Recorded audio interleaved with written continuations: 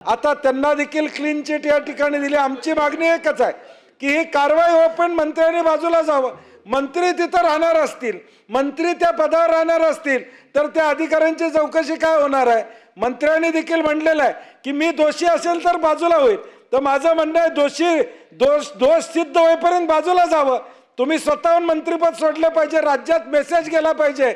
मुख्यमंत्री देवेंद्र फडणवीसांच्या नेतृत्वाखाली भ्रष्टाचार खपवला जात नाही। प्रसाद लाड हा मेसेज घालवायचा असेल, हा मेसेज राज्यामध्ये द्यायचा असेल तर ज्या आरोग्य खातं एफडीए खातं आरोग्याशी डायरेक्ट खेळतं।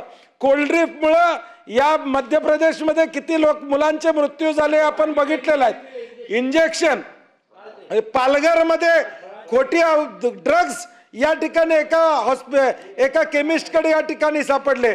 आणि म्हणून सभापती महोदय हा विषय अत्यंत महत्त्वाचा। आमची मागणी आहे की ही सगळी चौकशी होईपर्यंत मंत्र्यांनी बाजूला झालं पाहिजे।